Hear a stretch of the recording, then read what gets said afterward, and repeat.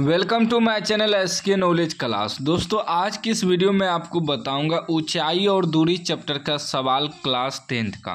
तो ध्यान से देखिएगा, सवाल को इस बार एग्जाम में पूछेगा। कह रहा है भूमि से 60 मीटर की ऊंचाई पर एक पतंग उड़ रही है पतंग में लगी डोरी को अस्थायी रूप से भूमि के एक बिंदु से बांध दिया गया है। भूमि के साथ डोरी का झुकाव 60 डिग्री है। यह मानकर कि डोरी में कोई ढील नहीं है, डोरी की लंबाई ज्ञात कीजिए। इस सब सवाल में क्या होता है, ऊंचाई और दूरी चैप्टर वाला सवाल में अगर आपसे चित्र बन गया ना, सवाल भी बन जाएगा। मेन चीज़ है चित्र बनाना। तो मान लीजिए कि यहाँ पतंग उड़ रहा है, यहाँ ये क्या है, यहाँ पतंग उड़ रहा है, यहाँ पतंग है, इसको मान लिए पतंग है, ठीक ना। यहाँ और कह रहा है कि भूमि से 60 मीटर की ऊंचाई पर पतंग उड़ रहा है। ये धरती है, धरती पर से 60 मीटर की ऊंचाई पे पतंग उड़ रहा है, ठीक ना। ये ऊंचाई है तो पतंग की डोरी तो ऐसे होगा ना, क्योंकि पतंग जब भी उड़ता है ऐसे उड़ता है, टेढ़ा। तो यहाँ से कोई बंदा उड़ा रहा है तो पतंग उड़ रहा है, यहाँ से पतंग की डोरी है। ये क्या है, पतंग की डोरी है, ठीक ना। ये पतंग की डोरी है और पतंग जो उड़ रहा है धरती पर से, उसका ऊंचाई कितना है, 60 मीटर का रहा है भूमि से 60 मीटर की ऊंचाई पर पतंग उड़ रहा है। कितना, 60 मीटर भूमि से पतंग की ऊंचाई हुआ और ये पतंग की डोरी हुआ। यहाँ से कोई बंदा उड़ा रहा है तो कह रहा है कि लगी डोरी के अस्थायी रूप से भूमि के एक बिंदु से बांध दिया गया है। यहाँ बांध दिया गया है किसी बिंदु पर, ठीक ना। ये पतंग की डोरी हो गया और यह 60 मीटर की ऊंचाई पे उड़ रहा है। तो हमें कह रहा है कि भूमि के साथ डोरी का झुकाव, यहाँ जो बांधा है डोरी, इसका झुकाव कितना है, इसका झुकाव है 60 डिग्री। कितना है, 60 डिग्री झुकाव है। यह मानकर कि डोरी में कोई ढील नहीं है, डोरी की लंबाई ज्ञात कीजिए। ये डोरी की लंबाई निकालना है। पतंग जो 60 मीटर ऊंचाई पे उड़ रहा है और उसका झुकाव 60 डिग्री है, तो पतंग की डोरी की लंबाई कितना है, यही ज्ञात कर रहे हैं।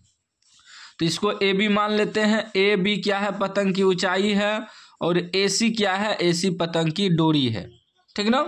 और हमें डोरी ही निकालना है। तो इसमें लिखेंगे माना वही लिखते हैं जो दिया है। माना ए बी पतंग की ऊंचाई 60 मीटर है, 60 मीटर है, तथा ए सी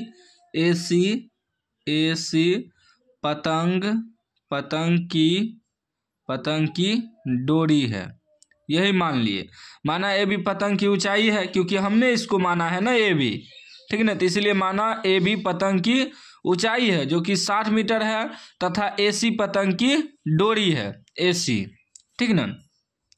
और जो दिया है लिख देना है हमें। ए बी बराबर तो देवे किया है, ए बी बराबर 60 मीटर। उसके बाद कोमा दिया है, एंगल दिया है। एंगल क्या दिया, ए सी बी बराबर 60 डिग्री, ठीक ना। सी को दिखाना था, सी के जगह 60 डिग्री है ना, तो सी को बीच में रख दी। अब एक प्रकार का देखिए समकोण त्रिभुज बन गया, समकोण त्रिभुज ए बी सी, क्योंकि यहाँ 90 डिग्री का कोण बन रहा है।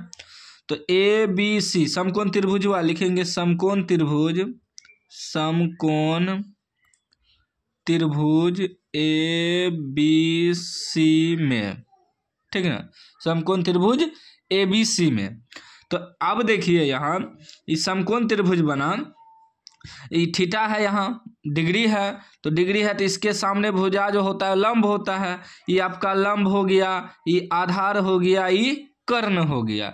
तो अब संबंध देखना है, इसमें हमें डोरी निकालना है। पतंग की ऊंचाई दिया है तो यानी कि हमें लंब दिया है, कर्ण निकालना है, ठीक ना। देखिए लंब आधार कर्ण हुआ ना, तो लंब और कर्ण में संबंध है ना, संबंध। ये लंब दिया हुआ है ना और हमें कर्ण निकालना है।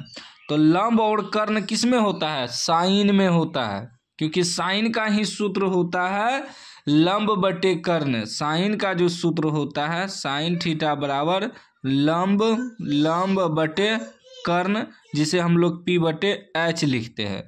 तो लंब और कर्ण में संबंध है तो हम साइन से चलेंगे। साइन कितना लेंगे 60 डिग्री, क्योंकि 60 डिग्री दिया हुआ है ना, तो यहाँ लिखेंगे साइन 60 डिग्री बराबर, संबंध पहले देखना होता है कि क्या क्या निकालना है।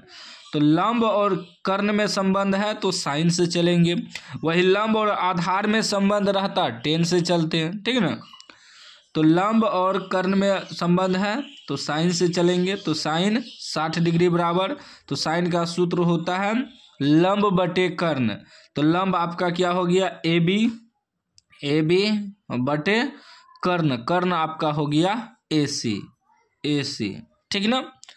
अब देखिए साइन 60 डिग्री का मान, तो साइन 60 डिग्री का मान होता है √3/2 बराबर, साइन 60 का मान क्या होता है √3/2, और AB हमें दिया है 60 बटे AC तो हमें निकालना है पतंग की डोरी, ठीक ना, डोरी की लंबाई। अब देखिए क्रॉस मल्टीप्लाई करिए, ये इससे गुना होगा तो ये हो जाएगा √3AC बराबर 60 दूना 6 दूनी 12 यानी कि 120, और हमें AC निकालना है ना, पतंग की डोरी निकालना है, तो AC बराबर क्या हो जाएगा 120 और बटे में √3 आ जाएगा, ठीक ना।